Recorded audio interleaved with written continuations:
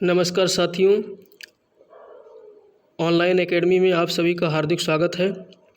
जैसा कि आप सबको पता है, ये प्री एग्ज़ाम्स को लेकर के सुपर 2020 श्रृंखला चलाई जा रही है प्रश्नों की, जिसमें 20 प्रश्न प्रतिदिन हम बहुत ही रिसर्च करके बनाते हैं, उसके बाद प्रस्तुत करते हैं। तो आइए दूसरे दिन की श्रृंखला आप लोगों के सामने प्रस्तुत है। पहला प्रश्न लोग देखते हैं, भारतीय संविधान की उद्देशिका किससे प्रेरित है? भारतीय संविधान की उद्देशिका जो है ये किससे प्रेरित है?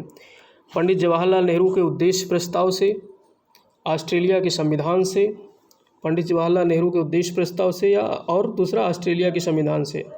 तो इसमें दोनों सही है। पंडित जवाहरलाल नेहरू के प्रस्ताव से, उद्देश्य प्रस्ताव से भी है, ऑस्ट्रेलिया के संविधान से भी प्रेरित है। तो इसलिए फर्स्ट एंड सेकंड दोनों सही होगा। व्याख्या देख लेते हैं। जेल नेहरू द्वारा संविधान में 13 दिसंबर 1946 को प्रस्तुत तथा 22 जनवरी 1947 द्वारा स्वीकृत उद्देश्य प्रस्ताव और ऑस्ट्रेलिया के संविधान से प्रस्तावना की भाषा ली गई है। तो इस तरीके से ये पहला प्रश्न हम लोगों ने देखा। दूसरा प्रश्न है, संविधान की प्रस्तावना को जन्म कुंडली किसने कहा? तो संविधान की प्रस्तावना को जन्म कुंडली के.एम. मुंशी जी ने कहा। इसमें हम लोग व्याख्या देखते हैं। प्रस्तावना को जन्म कुंडली के.एम. मुंशी ने कहा और प्रस्तावना को पवित्र दस्तावेज डॉक्टर बी.आर. अम्बेडकर ने कहा और प्रस्तावना को दीर्घकालीन सपनों का विचार कृष्ण स्वामी अय्यर ने कहा और प्रस्तावना को आत्मा एवं आभूषण किसने कहा? ठाकुरदास भार्गव ने कहा और संविधान की कुंजी प्रस्तावना को मोहम्मद हिदायतुल्लाह ने कहा। तीसरे प्रश्न को हम लोग देखते हैं। भारतीय संविधान की उद्देशिका में कितने प्रकार की स्वतंत्रता की बात कही गई है? तो कितने प्रकार की स्वतंत्रता की बात कही गई है? तो ये है आपका 5 प्रकार की स्वतंत्रताओं की बात कही गई है। तो इसमें आपका सी उत्तर सही होगा। कौन कौन सी स्वतंत्रता है हम लोग देखते हैं। विचार की स्वतंत्रता, व्यक्ति की स्वतंत्रता, विश्वास की स्वतंत्रता, धर्म की स्वतंत्रता और उपासना की स्वतंत्रता। इनको हमको ये सीरियल से है, लाइन इसी तरीके से श्रृंखलाबद्ध है ये। तो इसको हम इस तरीके से याद रख सकते हैं। मान लेते हैं व्यक्ति के मन में एक विचार उठा, विचार को जब वो किसी के सामने प्रस्तुत करेगा तो वो उसकी अभिव्यक्ति हो जाएगी और उसे अपने विचार में विश्वास है तो वो अभिव्यक्त करेगा विश्वास के साथ में, और जब विश्वास होगा अपने विचारों पर तो वही धार्मिक विश्वास बन जाएगा उसका, और जब उसके विश्वास में धार्मिकता झलकेगी तो वो उसकी अपने विचार की ही उपासना करने लगेगा। ऐसे हम कुछ करके याद कर सकते हैं इस तरीके से। चौथा प्रश्न हम लोग देखेंगे, संविधान की उद्देशिका में कितने प्रकार की समता की बात कही गई है? तो समता की बात 2 प्रकार की समता की बात कही गई है, प्रतिष्ठा की समता और अवसर की समता। अगला प्रश्न हम लोग देखेंगे, प्रश्न नंबर 5, किस वाद में सर्वोच्च न्यायालय ने कहा कि उद्देशिका संविधान का अंग नहीं है? किस वाद में सर्वोच्च न्यायालय ने कहा कि उद्देशिका संविधान का अंग नहीं है? तो ये आपका हो गया इनरी बेरुवारी वाद में सर्वोच्च न्यायालय ने कहा था कि संविधान इसका अंग नहीं है, उद्देशिका संविधान का अंग नहीं है। तो ये इनरी बेरुवाद क्या है? ये 1960 में जो है ये वाद आया था। और केशवानंद भारतीवाद हम देखते हैं 1973 में आया था। तो इनरी बेरुवारीवाद के निर्णय को बदलते हुए सुप्रीम कोर्ट ने कहा कि उद्देशिका संविधान का अभिन्न अंग है। और गोलकनाथवाद जो कि प्रश्न में पूछा गया था, प्रश्न में ऑप्शन में था, इसमें सुप्रीम कोर्ट ने उद्देशिका को संविधान की आत्मा कहा। तो संविधान की आत्मा सुप्रीम कोर्ट ने कहा है, किस वाद के तहत? गोलकनाथवाद के तहत कहा है। तो ये हमने व्याख्या देख ली। छठे प्रश्न पे आते हैं। छठा प्रश्न है, संविधान के आमुख यानी उद्देशिका या प्रस्तावना में अब तक कितने बार संशोधन किया गया है? तो इसमें अब तक सिर्फ 1 बार संशोधन हुआ है।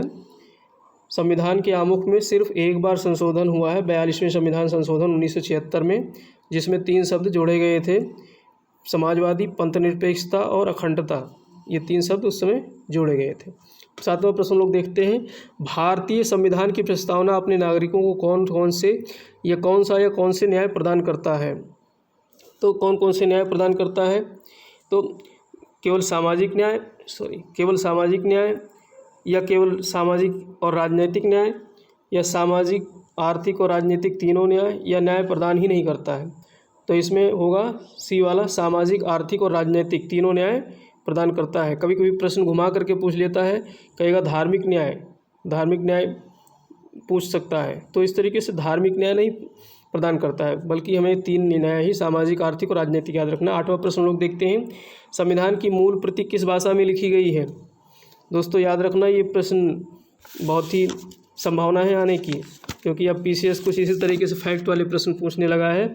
बाकी कथन वाले तो पूछता ही है, लेकिन फैक्ट ऐसे उठा के ले आता है। तो संविधान की मूल प्रति किस भाषा में लिखी गई है, तो ये आपको ध्यान रखना होगा, अंग्रेजी भाषा में लिखी गई है संविधान की मूल प्रति। ठीक है, तो संविधान की मूल प्रति अंग्रेजी भाषा में किसने लिखी? प्रेम बिहारी नारायण रायजादा ने लिखी है। प्रेम बिहारी नारायण रायजादा ने लिखी है। जबकि हिंदी अनुवाद इसका किया है बसंत कृष्ण वैद्य ने किया है इसका हिंदी अनुवाद।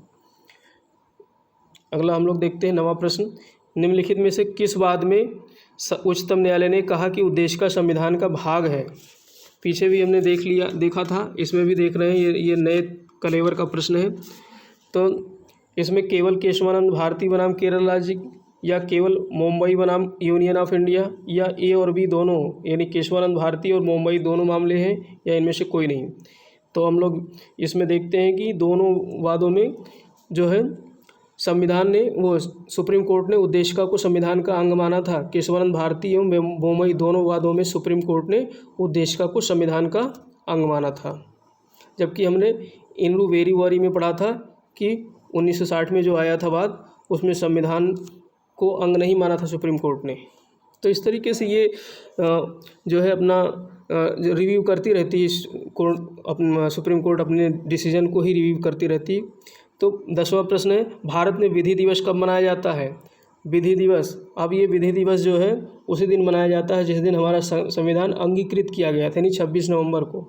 तो इसमें हम देखते हैं भारतीय संविधान 26 नवंबर 1949 को अंगीकृत तथा अधिनियमित किया गया था, इसीलिए 26 नवंबर को विधि दिवस के रूप में मनाया जाता है।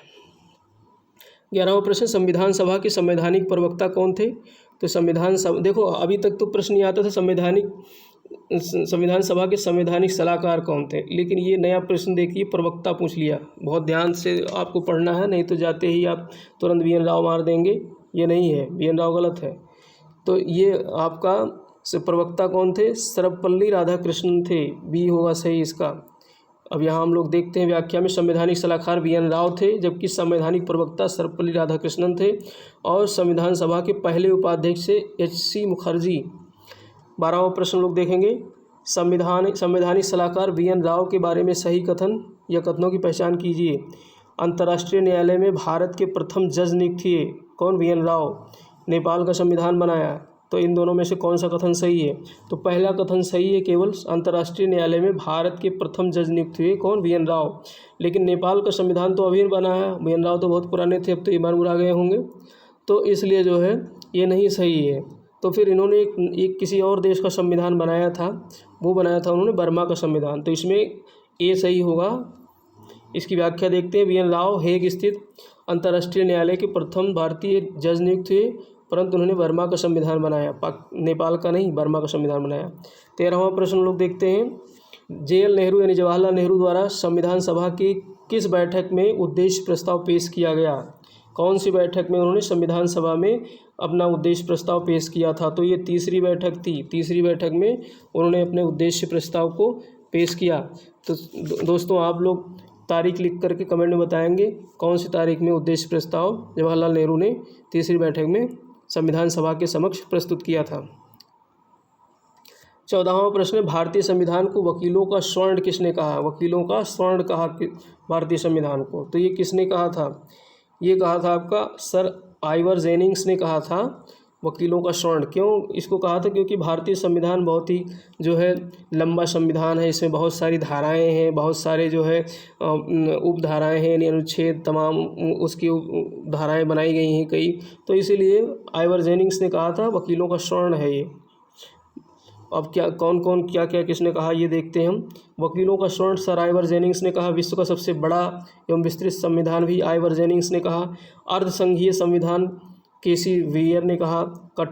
अधिक कठोर तथा अधिक लचीले के मध्य संतुलित संविधान है, इसको भी केसी वेयर ने कहा। तो इस तरीके से ये जो है 15वां प्रश्न हम लोग देखते हैं। भारतीय संघवाद को सहकारी संघवाद किसने कहा? तो ये जी ऑस्टिन ने कहा। सहकारी संघवाद बहुत ही जो है आज के समय में प्रचलित शब्द है। तो सहकारी संघवाद जी ऑस्टिन ने कहा था भारतीय संघवाद को। ठीक है, तो ये और इसके अलावा जो है डॉक्टर अम्बेडकर ने कहा था संविधान को संघात्मकता के तंग ढांचे में नहीं ढाला गया है। अगला प्रश्न हम लोग 16वां देखते हैं। संविधान निर्माताओं ने भारतीय संघ में अल्पसंख्यक हितों की उपेक्षा की, ये कथन किसने कहा था? तो ये कहा था आइवर जेनिंग्स ने इस कथन को कहा था।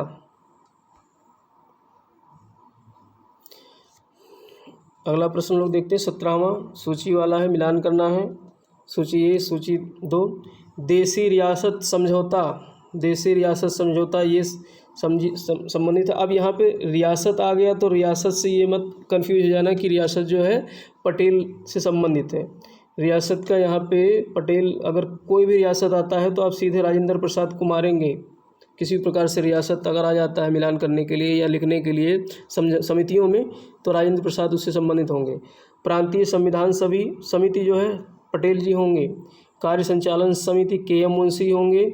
और मूल अधिकार संबंधी उप समिति, यहाँ मूल अधिकार संबंधी उप समिति की बात करें जे.बी. कृपलानी, और मूल अधिकार संबंधी समिति के जो है अध्यक्ष थे